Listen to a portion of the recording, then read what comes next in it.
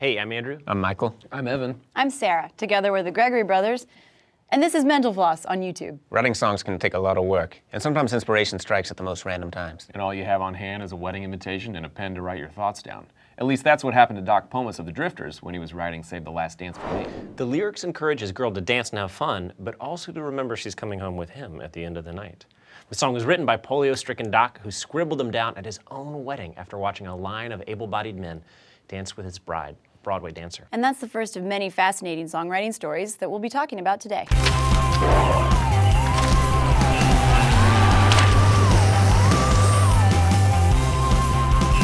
Let's start our playlist with Kris Kristofferson, the renowned singer-songwriter slash history professor slash janitor slash helicopter pilot, who combined 3 of those 5 skills into one amazing songwriting pitch. In 1969, as Johnny Cash later recalled it, he and June Carter Cash were at their Nashville area home when a helicopter landed on their lawn. Kristofferson stepped out of the chopper with a beer in hand and announced, "I thought this might be the best way to get a song to you.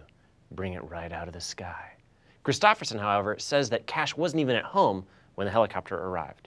Either way, his song, Sunday Morning Coming Down, was a #1 hit for Cash the following year. Kristofferson isn't the only offbeat guy to write songs for the Man in Black. Shel Silverstein, yes, the children's author, wrote one of Cash's biggest hits. It's long been rumored, though not confirmed, that A Boy Named Sue was inspired by a friend of Silverstein's who also had an ambiguous name.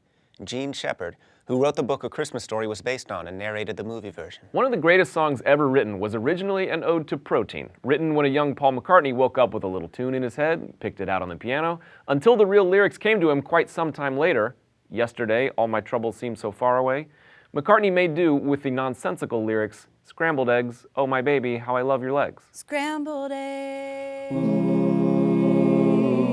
Oh my baby, how I love your legs.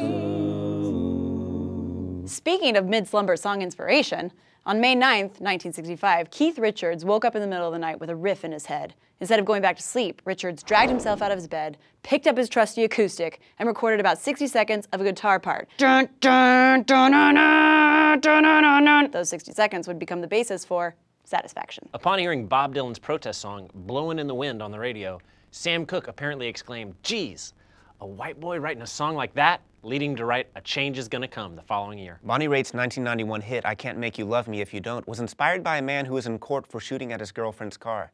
The judge asked the man if he had learned anything, and the man replied, "I learned, Your Honor, that you can't make a woman love you if she don't." But what's even more fascinating is that the song was written by former NFL lineman Mike Reed, who was the #7 draft pick in 1970. Between seasons, he was a pianist for various respected symphony orchestras across the U.S. He also won a Grammy for writing a country song in 1984, making him the only NFL player to do so ever, in all time, throughout the universe. In 1986, respected newsman Dan Rather was walking down Park Avenue on his way home when 2 well-dressed men randomly attacked him, repeatedly demanding to know the answer to the question, "What is the frequency, Kenneth?" The men fled into the night as a doorman came to Rather's aid. Once assailant William Tager was arrested and identified by Rather, the disturbed man admitted that he mistook the news anchor for the vice president of the future. I have made that same mistake. A politician apparently named Kenneth Burroughs. Michael Stipe was perplexed by this odd event, calling it the premier unsolved American surrealist act of the 20th century, leading him to write What's the Frequency, Kenneth? Another ripped from the headline song is Heartbreak Hotel, popularized by Elvis. The song was co-written by Mae Boren Axton and Tommy Durden. Durden found his inspiration in a newspaper article about a man who committed suicide, whose suicide note read, "I walk a lonely street." Many people tried to find a deep, hidden meaning in Cream's White Room due to its mysterious lyrics, such as, "In the white room with black curtains near the station." Writer Pete Brown once expresses astonishment that the song was a hit, saying, "It was a miracle it worked, considering it was me writing a monologue about my new flat." Smoke on the Water by Deep Purple came about when the band was at a Frank Zappa concert in Switzerland.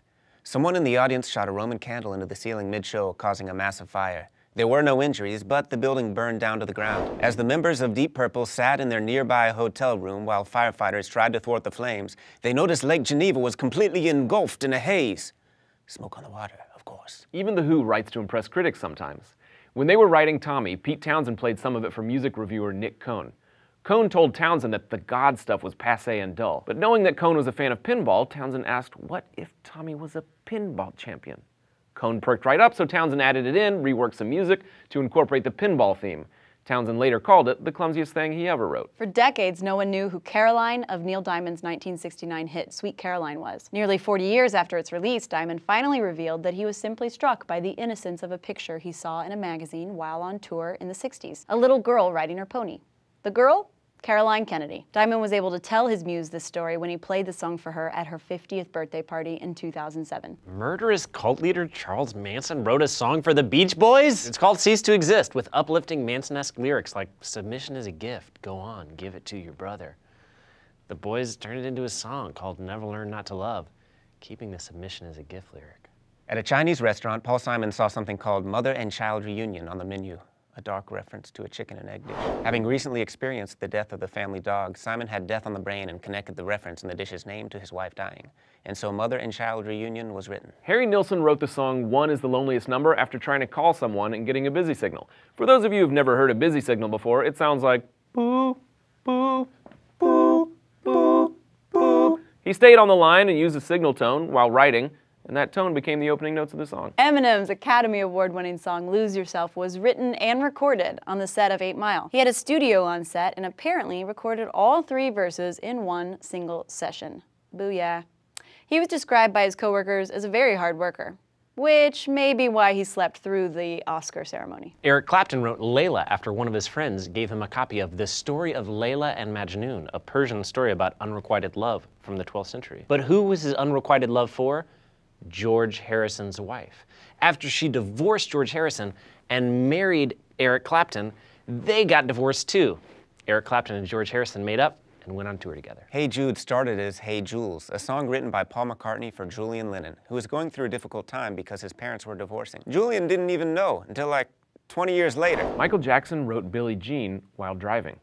He claims that his car lit on fire while driving on the highway because he was so enamored with the song as he was writing it. A motorcycle luckily drove past Jackson and alerted him to the car trouble. Hey, your songwriting is lighting your car on fire. Nirvana didn't like Smells Like Teen Spirit when Kurt Cobain first played it for them, so he forced the group to play the riff for 1 hour and 30 minutes. Eventually, inspiration struck and the group was convinced that the song would work, after deciding to slow the tempo down a bit. The late great Ray Charles' song What I Say came from a moment of improvisation at the end of her performance when he had no songs left to play but 12 minutes left in the concert. Before writing it on the spot, he said to the orchestra who was accompanying him, "Listen, I'm gonna fool around, y'all just follow me." Let's go through some songs written about people you may have heard of. Alanis Morissette's You Ought to Know was written about Full House's Dave Coulier, Uncle Joey. Back to December by Taylor Swift was written as an apology to Taylor Lautner, more cryptic than the song Tim McGraw about one of her favorite singers. Bruno Mars claims that he wrote Locked Out of Heaven about Halle Berry. The song Me and Mr. Jones by Amy Winehouse is about rapper Nas. Dave Grohl of the Foo Fighters wrote I'll Stick Around about Courtney Love. Billy Joel's hit Uptown Girl was written about model Elle Macpherson. Post-divorce, Katy Perry wrote Wide Awake about comedian Russell Brand. Black Velvet by Alana Miles is about Elvis. Actress Rosanna Arquette inspired both In Your Eyes by Peter Gabriel as well as Toto's Rosanna. Clearly, Toto is a little less subtle. Thanks for joining us for another Mental Floss on YouTube, which is made with the help of all these kind people. We're the Gregory Brothers. If this video made you hungry for more songs, come check out our channel here, and after you really like it, you can subscribe over here. Every week, we endeavor to answer one of your mind-blowing questions. This week's question comes from Blogging with Maddie, who asks, is it true that some people see colors differently than other people? Like their blue could be my yellow. And yes, it's possible that people could be viewing all colors differently, but as you can imagine, it's an impossible phenomenon to test. If you have a question you'd like answered, leave it in the comments. Thanks for watching, and DFTBA.